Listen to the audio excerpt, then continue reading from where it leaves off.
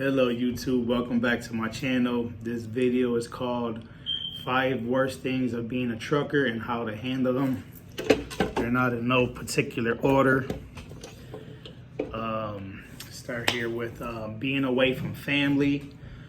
Obviously that's a tough one, you know. Everybody knows what FaceTime is. If you have an iPhone, if you don't have an iPhone, you can use a Skype, and I think there's other apps that you could download from your phone so you can FaceTime your family. Or if you're like me and you have a cheerleading squad, you could use what's called a WhatsApp. It's an app on the iPhone. I think on any phone you could get it. What I use it for is, you know, I got a group for me and my kids, and we could all like text each other at the same time. I just started getting into that. Makes it a little easier than trying to text one at a time. Again, if you got a boatload of kids. Another thing that I think is a good idea is have a schedule to talk to your kids, or certain days out the week at a specific time, you know, have it set in stone like that. You know, everybody, you know, they can plan ahead, you know, because everybody's busy nowadays. So I think that'll work out. All right, number 2 would be not having running water or a toilet in the truck. Especially in the wintertime, when you wake up in the morning and it's freezing outside and you gotta go to the bathroom. You know, you gotta wake up and, you know, go to all the way to the truck stop, and that could be really, really annoying at times. Or obviously, you know, hey, just being realistic, you pee in a jug, but I'm talking about more of like having to do a number 2, you know. Yeah, not having running water, you know, for cleaning your hands, cleaning your fruit, veggies. You know, I like to do a lot of cooking in my truck, so that gets annoying. So what I started to do is like rinse all my fruit and vegetables, like when I go buy them, or at least rinse like half of them when I'm, you know, rinse half of them, and then halfway through the week, rinse the other half like that. They don't get moldy from being wet. Obviously plastic cups and plates, spoons, forks and all that would help, you know, with not having running water. Again, I like to do a lot of cooking in my truck, so this is, you know, probably makes more sense for people who do a lot of cooking in their truck. People who order out all day, every day, that got money like that. They don't have to worry about cleaning, you know, they just buy their food, throw the wrapping out or whatever. But whatever. Another thing that works is lemon juice, you know, have some empty gallons of water, have a big bowl. You can pour some water in there with some lemon juice, you know, rub them a little bit. That would help kill some of the bacteria. Baby wipes are, you know, a must have, you know, for cleaning your hands, or hand sanitizer, if you could find some nowadays. Excuse me for saying All right, number 3 would be dealing with ELD. ELD is an electronic device. For those of you who watch my channel who's not truckers, appreciate y'all. I appreciate everybody. But yeah, ELD is an electronic logging device. It's like a little computer that we have in our trucks. You have to, it basically monitors our time, you know, what time we start, what time we take breaks and all that.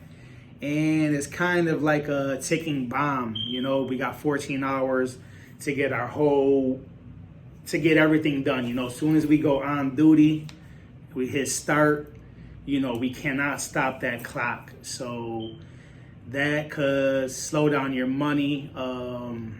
You know, like if you go to a shipper or a receiver and they take a long time to get you loaded or unloaded, that time is ticking. If you go to a restaurant, let's say you go to Denny's and there's a long line, you know, that time is ticking. What does that mean? You have less time to drive, less time to make money. So what I would recommend is, again, and another one is taking a shower. If you need to take a shower, and you know, it happens all the time, we go take a shower, we gotta wait for like 5 people to take a shower. The time is clicking, we're losing money. So what I would recommend is take showers off duty when you're on your 10-hour break. Same thing with like preparing meals, you know. I like to prepare my meals while I'm off duty like that, you know, maybe the night before or in the morning before I start my day. because then I could, save time by having everything ready and just, warm it up, throw it in a lunchbox cooker or whatever, or have a salad made already. That would help you in the long run, make some money. Another good one is getting up early, due to us trying to find parking at night. These truck stops get packed at nighttime. So, I like to wake up at 4:30 in the morning, get my day started, start early, finish early. Like that I can find trucking, especially up here in the Northeast where I'm at. There's like no truck stops. It sucks, but getting up early helps. Or if you could just drive, if you're a person that drives overnight. I never really drove overnight, but I would imagine when it's time for you to park, you'll find more parking because you'll finish early in the morning. And another one with dealing with ELD, before starting your clock, before starting that 14-hour ticking bomb, do a walk around. Walk around your truck and make sure, at least none of the tires are flat. Because if you got to call breakdown and waste, breakdown could take, anywhere from 2 to 3 hours to come to you, sometimes sooner. But, if you start at your clock and you're waiting there for 3 hours for breakdown to come fix your tire, you just lost like 3 hours worth of pay, depending where you work at. Me, I don't have that problem. My company pays me for all my time. Shout out to my company. I love them. Can't say it enough. But, some companies, will make you wait.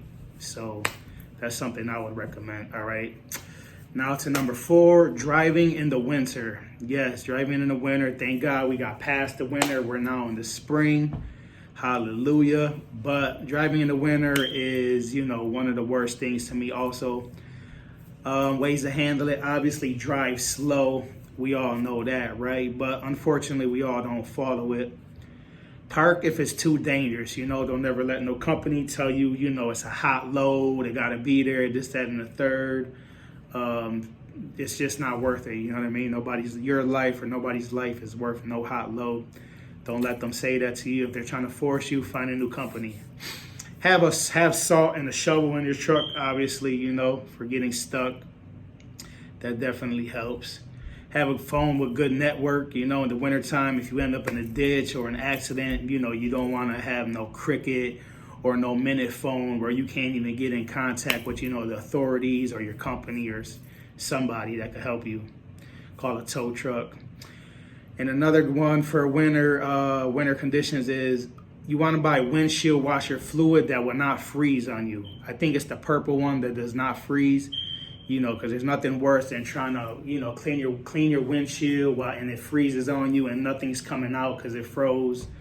And another tip that I heard works pretty good. I never done it myself, but I heard of, the OG truckers putting alcohol in the reservoir, where they put the windshield washer fluid, putting alcohol in there, and that would help it from not freezing.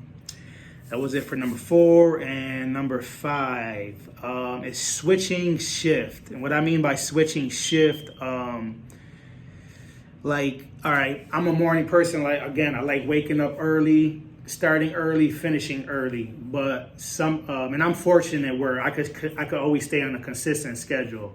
Thank God. But some companies, I think more like OTR, which I never really done. All my jobs were like regional. But so again, switching shifts. What I mean by that is, having to work early in the morning, 2 days in a row, and then 2 days, 2 days out the week, you got to drive night times and then switch back and forth.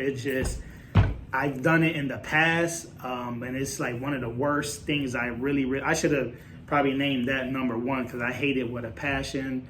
That's one of the things you want to ask your company before you start working with them. Some of them might lie to you, obviously, and to the rookies, whoever watched this video, being lied to by companies is just kind of sad to say, but I think they all kind of lie a little bit. But yes, that sucks. You could ask them. Hopefully they'll tell you the truth. And hopefully, I think with some companies in the beginning, when you first start working with them, you have to, pay your dues, get in there, be the one to be switched, from mornings to night. And then after, you know, you got seniority, I believe you would have like a set schedule. I know like a lot of Teamsters companies work like that. So that's there's actually a company here in Buffalo that wants to hire me doing local work, you know, doing exactly what I do, but that's what they want me to do. They want me to work like nights, and I'm not ready for that. I just can't sleep during the day. Well, guys, that's it. Those are the 5 worst things I have about being a truck driver and how to handle them. I hope somebody learned something from this, and I appreciate you guys for taking your time to watch the whole video. And thank you for the thumbs up, the comments, and all that good jazz. And I will see you on the flip side. Bye.